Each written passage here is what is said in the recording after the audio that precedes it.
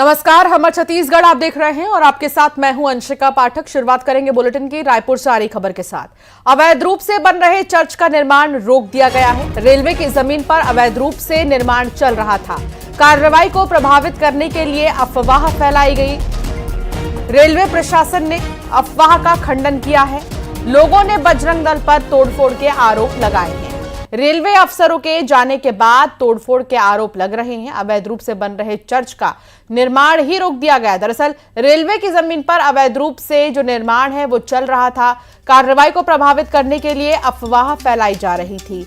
Railway प्रशासन ने अफवाह का खंडन भी किया। एक्सक्लूसिव तस्वीर आपको दिखा रहे हैं जहां अवैध रूप से बन रहे चर्च का निर्माण रोका गया और फिर जमीन पर अवैध रूप से चल रहे थे निर्माण को ही ये बताया जा रहा था। एक्सक्लूसिव तस्वीर देखिए।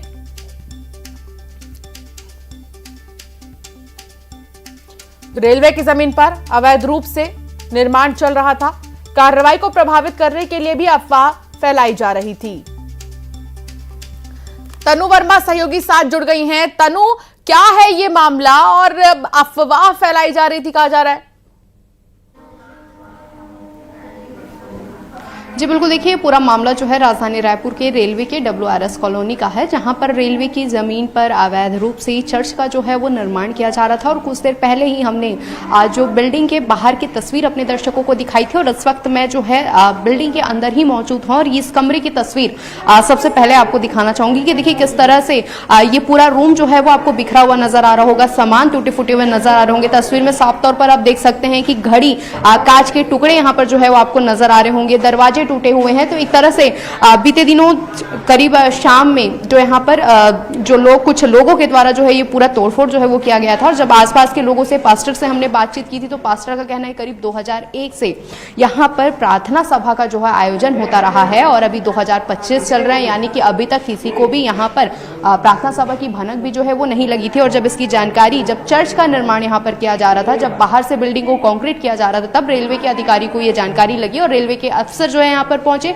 और आसपास के लोगों को उन्होंने समझाइश दी है कि रेलवे की जमीन पर किसी भी तरह का अवैध निर्माण जो है वो गैर कानूनी होता है। और आसपास के लोगों से वैध दस्तावेज भी जो है निर्माण के वो मांगे गए थे, लेकिन लोगों के पास कोई दस्तावेज नहीं थे, जिसके बाद रेलवे के अधिकारी जो है समझाइश देकर यहाँ से निकल गए थे। लेकिन जब इसकी जानकारी, आसपास के लोगों का ये आरोप है कि जब इसकी जानकारी हिंदू संगठन के लोगों को लगी तो हिंदू संगठन के लोग बीते दिनों यहाँ पर पहुंचे और हिंदू संगठन के लोगों के द्वारा ये तोड़फोड़ जो है वो की गई है। तस्वीर में आपको नजर आ रहा होगा CCTV कैमरे भी यहाँ पर पूरी तरह से तोड़ दिए गए हैं और आसपास के लोग भी यहाँ पर हमारे साथ मौजूद हैं।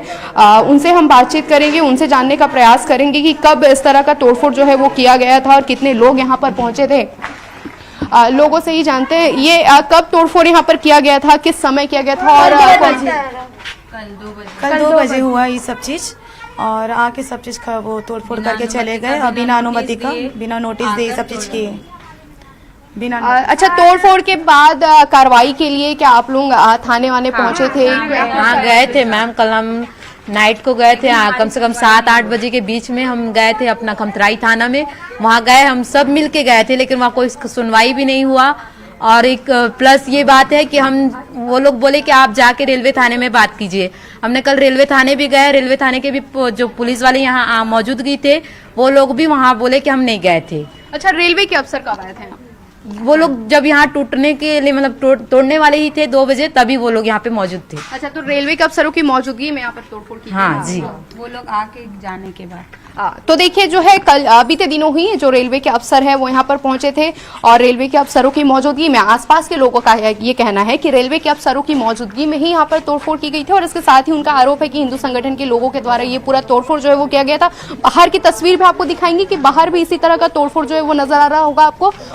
यही वो चर्च की बिल्डिंग है जहाँ पर ये निर्माण किया जा रहा था और ऊपर भगवा रंग का तिरंगा झंडा जो है वो आपको नजर आ रहा होगा। तो ये पूरा जो है ये मामला, जब पास्टर से हमने बातचीत की थी तो उन्हें पता है कि ये रेलवे की जमीन है, लेकिन उसके बाद भी टेम्पररी यहाँ पर निर्माण की बात उनके द्वारा जो है वो कही गई थी। उन्होंने इस चीज को एक्सेप्ट किया है और लोगों के द्वारा, आसपास के लोगों के द्वारा जब यहाँ पर तोड़फोड़ की गई उसके बाद वो थाने भी पहुंचे थे कार्रवाई के लिए, लेकिन थाने में भी उनका कहना है कि किसी ने भी उनकी बात नहीं सुनी है। बहरहाल ये आगे देखने वाली बात होगी कि इस पूरे मामले में क्या कुछ कार्रवाई जो है वो होती है। और रेलवे के अधिकारियों के द्वारा यहाँ पर समझाइश देकर वो जा चुके हैं, लेकिन अभी तक लेकिन इस भूमि की अगर बात करें इस जमीन की अगर बात करें तनु, तो ये जमीन कितनी बड़ी है, कितने एरिया में फैली हुई है, यहाँ लोग कब से रह रहे हैं, क्या इससे पहले इन्हें इस तरह की कोई समस्या आई थी या पहली बार इतने समय बाद उन्हें ये समस्या आई है? जी बिल्कुल, देखिए आसपास के एरिया की पहले तस्वीर आपको दिखाना चाहेंगे। एक तरह से ये जो है वो बस्ती है जहां, और इस पूरे एरिया में जो है क्रिश्चियन बाहुल्य लोग जो है वो रहते हैं। और करीब 2001 से सबसे पहले जहां पर चर्च का निर्माण किया जा रहा था वो बिल्डिंग आपको जो है बाहर से पहले दिखाना हम चाहेंगे। अंदर की तस्वीर हमने कुछ देर पहले ही आपको दिखाई थी। ये वो बिल्डिंग है जहाँ पर जो है वो चर्च का निर्माण करने की बात जो है रेलवे के अधिकारियों के द्वारा जो है वो कही जा रही है। वहीं अंदर एक तरह से कहा जाए कि ये पहले एक रूम की तरह जो एक कमरा ही है जहाँ पर 2001 से करीब प्रार्थना सभा का आयोजन यहाँ पर किया जा रहा था। और रेलवे के अधिकारियों की जानकारी होते ही, जब उन्हें जानकारी लगी कि यहाँ पर अवैध निर्माण किया जा रहा है, तब रेलवे के अधिकारी यहाँ पर पहुंचे और उसके बाद उन्होंने कार्रवाई की है। तो मान के चलिए करीब 2001 से इस तरह का प्रार्थना सभा का आयोजन यहाँ पर होता रहा, लेकिन कभी किसी को कोई भनक नहीं लगी। वहीं आसपास के लोगों का कहना है कि आसपास और भी हिंदू संगठन या हिंदू धर्म के जो है वो मंदिर बने हुए हैं, लेकिन वहां पर कोई कार्रवाई नहीं की गई। यानी कि उनका कहना है कि उनके ही एरिया में, उनके आस्था के केंद्र में इस तरह की कार्रवाई जो है वो क्यों की जा रही है। जी बिल्कुल, और तमाम जो लोग हैं वो यही कह रहे हैं कि कुछ तो अफवाह भी फैल रहे हैं और कार्रवाई जो हो रही है वो क्यों की जा रही है, समस्याएं यहाँ क्या हो रही हैं लोगों को, और भी उनसे बातचीत कीजिए तनु और उनसे पूछेगा। जी बिल्कुल, देखिए लोग जो है बड़ी संख्या में सुबह से यहाँ पर मौजूद हैं, पास्टर भी जो है वो मौजूद हैं और बड़ी संख्या में जो यहाँ आसपास के लोग हैं वो इकट्ठा हुए हैं। और वो सभी जो है जो तोड़फोड़ हुई है वही जो है यहाँ पर भी चर्चा का विषय जो है वो बना हुआ है। लोगों से हम बातचीत करेंगे, क्या कुछ उनसे बातचीत का सिलसिला जारी रखेगा तनु, हम दोबारा से आपसे बातचीत करेंगे। बहुत शुक्रिया फिलहाल जानकारी साझा करने के लिए। आगे बढ़ेंगे और बात करेंगे दुर्ग की, जहां दुर्ग से बड़ी खबर आ रही है। राइस मिल में भीषण आग लग गई है। दुर्ग के चिखली स्थित नारायण राइस मिल में आग लगी है। जेवरा सिरसा चौकी का यह मामला है। आग लगने के कारण की जांच चल रही है। राइस मिल में भीषण आग लगी और दुर्ग के चिखली स्थित नारायण राइस मिल में यह आग लगी है। जेवरा सिरसा चौकी का यह मामला है। आग लगने के कारण की जांच की जा रही है। अब तक यही नहीं पता चल पाया है कि आग लगी तो लगी कैसे, और अभी कारण अज्ञात है, कारण का कुछ नहीं पता। कारण को लेकर भी जांच की जा रही है कि आग कैसे लगी राइस मिल में। मिथिलेश संवाददाता साथ जुड़ गए हैं। मिथिलेश, राइस मिल में आग लग गई लेकिन कारण अभी तक नहीं पता चल पाए हैं, कोई जानकारी मिली क्या? देखिए, अभी आग बुझाने का प्रयास किया जा रहा है और उसके बाद में कारणों तक पुलिस पहुंची कि आखिरकार वजह क्या थी राइस मिल में आग लगने का। ये मामला जो है वो 2 घंटा करीब पहले का है, जब सुबह अचानक किसी ने देखा कि राइस मिल से आग की लपटें निकल रही है। तत्काल इसकी सूचना जो है अग्निशमन विभाग को दी गई। इसके बाद अग्निशमन का दस्ता पहुंचा और लगातार आग बुझाने का प्रयास किया जा रहा है। आग कुछ अधिक लगी हुई थी, इसलिए एक नहीं बल्कि 4 वाहन इस आग बुझाने के प्रयास में लगे हुए हैं। अभी स्थिति कंट्रोल में जरूर है, लेकिन आग अभी बुझ नहीं पाई है। दमकल कर्मी जो है आग बुझाने का प्रयास कर रहे हैं। ये आग कैसे लगी इसके कारणों में जाया जाएगा। उसके बाद में पूरे मामले में पुलिस पूछताछ करेगी, जांच करेगी, उसके बाद में असली कारण नजर आएगा। लेकिन पहली प्राथमिकता यही है कि किसी तरह से आग को जल्द से जल्द बुझाया जा सके ताकि आग जो है वो और जगह पर ना फैल सके। जी बहुत शुक्रिया जानकारी साझा करने के लिए मिथिलेश।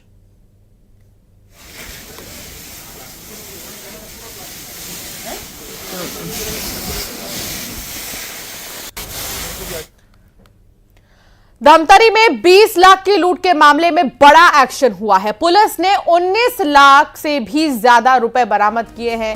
11,000 रुपए लुटेरों ने खर्च कर दिए थे। राजनांदगांव से हिरासत में लिए गए सभी आरोपी, बड़ी खबर आपको बता दें,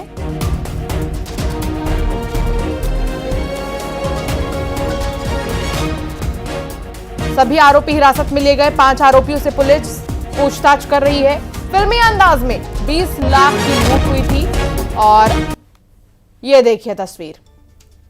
फिल्मी अंदाज में गाड़ी का जो शीशा है वो तोड़कर पैसे निकाले गए थे। लेकिन बड़ी बात यह है कि पुलिस ने बड़ी कामयाबी हासिल की है और 11,000 रुपए लुटेरों ने खर्च कर दिए थे, क्योंकि इसलिए पूरे 20 लाख तो नहीं मिल पाए। राजनांदगांव से हिरासत में सभी आरोपियों को लिया गया है। 5 आरोपियों से पुलिस पूछताछ कर रही है। कोशिश यही है जानने की कि क्या इनका कोई गैंग है जो इस तरह की घटनाओं को अंजाम देता है और अब तक कहां-कहां पर इन्होंने घटनाओं को अंजाम दिया है, अगर दिया भी है तो। और अब पुलिस जो है जांच कर रही है। अभिषेक संवाददाता साथ जुड़ गए हैं, अभिषेक पांडे धमतरी से। अभिषेक, क्या जानकारी मिल रही है? क्या इनका कोई गैंग है जो इस घटना को अंजाम देता है? शीशे तोड़ना, पैसे निकालना, बड़ी बात है कि अब वो पैसे मिल गए। देखिए, पुलिस की पूछताछ जो है कल रात से ही जारी है। आरोपी जो संदिग्ध हैं, जो सारे पुलिस के कंट्रोल क्रॉस क्वेश्चनिंग हो रही है। शाम तक पूरा डिटेल पुलिस प्रेस वार्ता से देगी, लेकिन अभी तक जो स्थिति स्पष्ट हो चुकी है उसमें साफ साफ पता चल रहा है कि जो आरोपी हैं वो भी राजनांदगांव के हैं और जिनसे पैसे की लूट हुई है वो भी राजनांदगांव के हैं।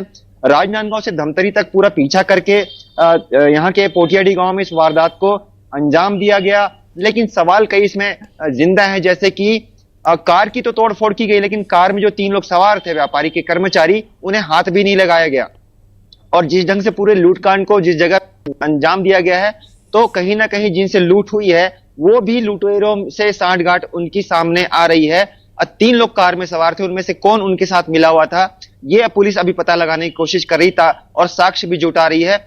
लेकिन इतना स्पष्ट है कि जो 20 लाख लूटा गया था उसमें से 19,89,000 रुपए पुलिस ने बरामद किए हैं। 11,000 की जो रकम थी वो लुटेरों ने अपने कपड़ों में और अय्याशियों में खर्च कर दी थी। तो 99% जो रकम बरामद हो चुकी है। जो संदिग्ध है सभी लुटेरे वो पुलिस के हाथ चढ़ चुके हैं। अब कुछ ही घंटों का इंतजार है। पुलिस पूरे डिटेल के साथ, पूरी जानकारी के साथ प्रेस वार्ता में सारी जानकारी साझा करने वाली है। बहुत शुक्रिया जानकारी साझा करने के लिए अभिषेक। बालोद में तेज रफ्तार पिकअप बेकाबू होकर पलट गई और हादसे में बच्चे, महिला सहित 17 लोग घायल हुए हैं। 4 घायलों की हालत गंभीर बनी हुई है। शादी कार्यक्रम से ये लौट रहे थे। पिकअप में 30 से ज्यादा लोग सवार थे और हादसे का शिकार ये पिकअप। बालोद में तेज रफ्तार पिकअप बेकाबू होकर पलटी। हादसे में बच्चे, महिला सहित 17 लोग घायल हो गए हैं। 4 घायलों की हालत गंभीर है। शादी कार्यक्रम से लौट रहे थे और 30 से ज्यादा लोग पिकअप में सवार थे।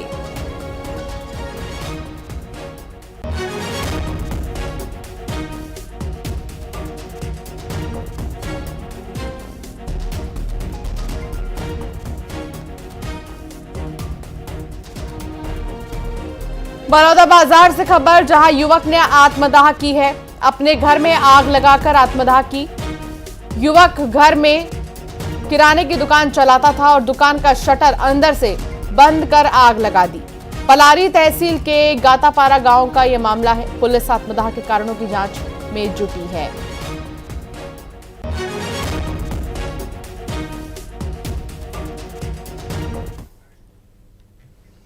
तेज रफ्तार का कहर थमने का नाम नहीं ले रहा और ऐसे में बालोद में एक पिकअप बेकाबू होकर पलट गई।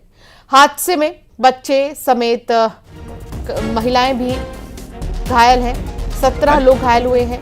4 घायलों की इलाज की जा रही है। उनकी हालत बहुत गंभीर बनी हुई है। शादी कार्यक्रम से लोग लौट रहे थे और 30 से ज्यादा लोग पिकअप में सवार थे। हाँ हाँ। दुर्ग में लोगों को डराने और धमकाने वाला आरोपी गिरफ्तार कर लिया गया है। आरोपी के पास से 2 तलवार और एक गन बरामद की गई है। भिलाई के सेक्टर 4 में आरोपी तलवार लहराकर लोगों को डरा धमका रहा था। भट्टी थाना इलाके का यह मामला बताया जा रहा है।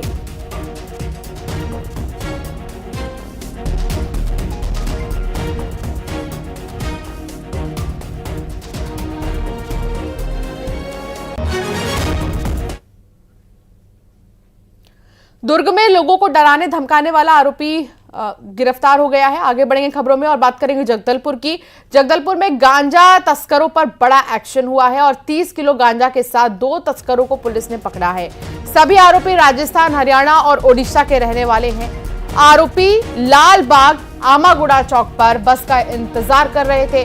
पुलिस ने घेराबंदी कर आरोपियों को पकड़ लिया है और जब्त गांजे की कीमत करीब 3 लाख रुपए बताई जा रही है।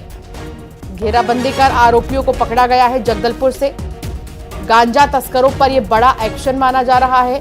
30 किलो गांजा के साथ 2 तस्कर पकड़े गए हैं और गांजे की कीमत 3 लाख रुपए से भी ज्यादा।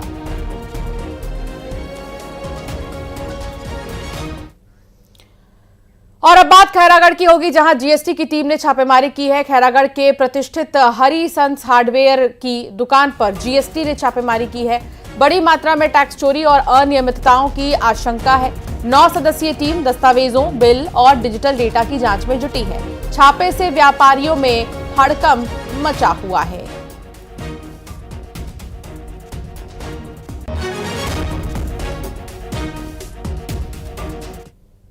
मुंगेली में रेत के अवैध परिवहन पर खनिज विभाग ने बड़ी कार्रवाई की है। एक हाईवा सहित 10 ट्रैक्टर जब्त किए गए हैं। कलेक्टर राहुल देव के निर्देश पर यह कार्रवाई हुई है। सरगांव थाना इलाके में यह कार्रवाई की गई है। जब्त गाड़ियों को सरगांव थाने में रखा गया। कार्रवाई से खनन माफिया में हड़कंप मचा हुआ है।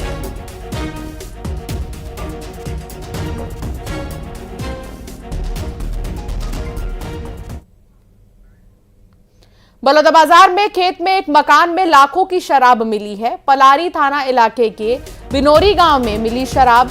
पलारी थाना पुलिस आरोपी की तलाश में जुटी है। पंचायत चुनाव के समय शराब को डंप करने की आशंका जताई जा रही है। बलौदाबाजार में खेत में एक मकान में लाखों की शराब मिली है और अब पुलिस जांच में जुटी है।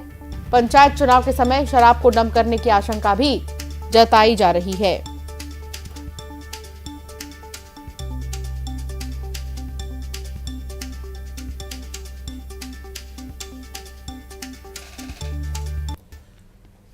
जांजगीर चांपा से खबर है, हजारों महिलाओं को ठगने वाली फ्लोरा मैक्स कंपनी के 2 फरार आरोपियों को गिरफ्तार कर लिया गया है। पुलिस ने दोनों आरोपियों को यूपी से गिरफ्तार किया है।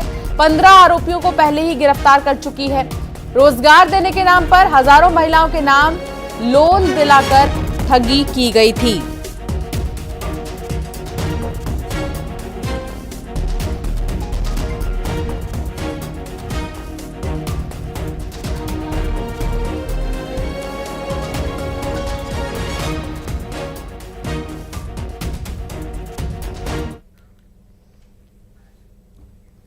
बलरामपुर में फर्जी डॉक्टर द्वारा गलत इंजेक्शन लगाने से अधीक्षिका की मौत के मामले में कार्रवाई हुई है। फरार फर्जी डॉक्टर को पुलिस ने गिरफ्तार कर लिया है। 20 नवंबर 2024 को अधीक्षिका की तबीयत बिगड़ी थी। फर्जी डॉक्टर ने 2 इंजेक्शन लगाए थे। अस्पताल ले जाते वक्त रास्ते में ही मौत हो गई थी। घटना के बाद से आरोपी फर्जी डॉक्टर फरार चल रहा था। शंकरगढ़ पुलिस ने आरोपी को जेल भेज दिया है।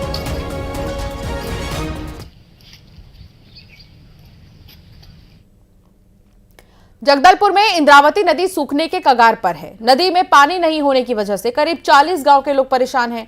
करीब 2000 एकड़ में लगी फसल की सिंचाई के लिए किसानों को पानी ही नहीं मिल रहा। किसानों ने प्रशासन से पानी की मांग की है। छत्तीसगढ़ और ओडिशा बॉर्डर पर बने जोरा नाला से पानी छोड़ा नहीं जा रहा है। इसी वजह से जल संकट हो रहा है।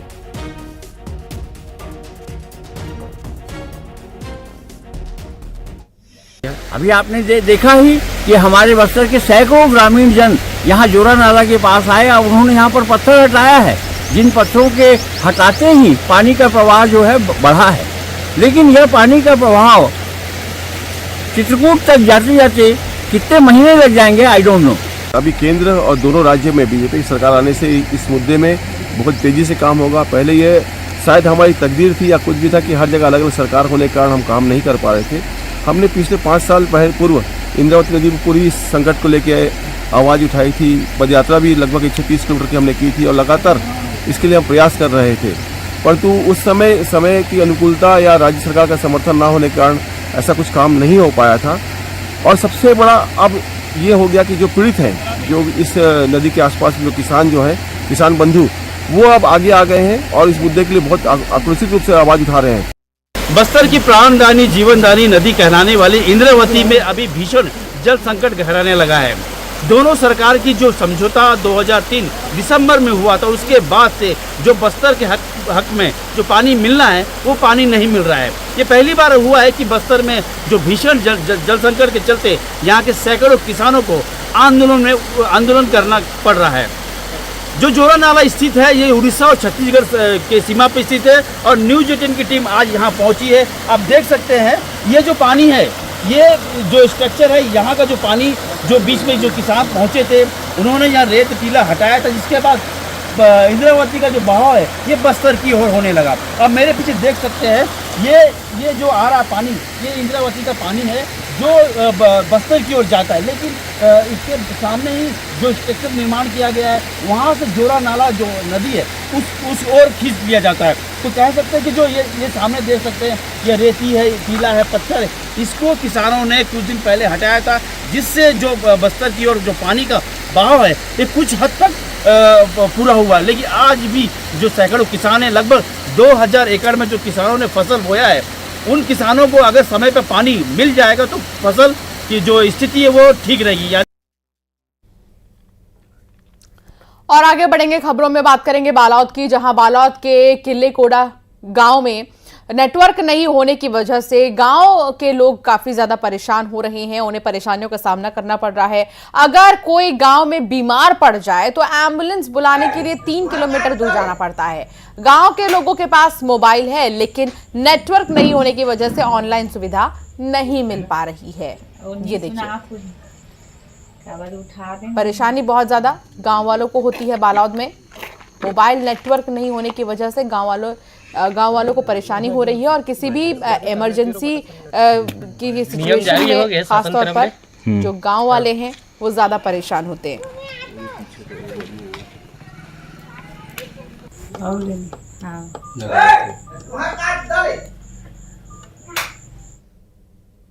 अगर आप बियर पीते हैं तो सावधान हो जाइए। बलरामपुर से खबर आ रही है, बियर की बोतल में गंदा पानी निकला है। लोगों ने शराब की दुकान में हंगामा कर दिया। बियर की बोतल में पानी जो था वो गंदा था और आरोप ये भी लग रहे हैं कि बियर की बोतल में पानी मिलाई जा रही है। वाड्रफनगर पुलिस ने मामले को शांत करवाया है। वाड्रफनगर में शराब की दुकान का ये मामला है और यहाँ पर बियर की बोतल में गंदा पानी मिलने की बात सामने आ रही है। इतना ही नहीं, कई ऐसी बोतलें भी हैं जिसमें कि बियर की जगह सिर्फ और सिर्फ पानी ही नजर आता है। हाँ, तो अब हम लोग इसको तो भाई जान नहीं रहे हैं। तो मैं वापस गया हूँ। तो अब मान के हम लोग बात कीजिए ना एक बार।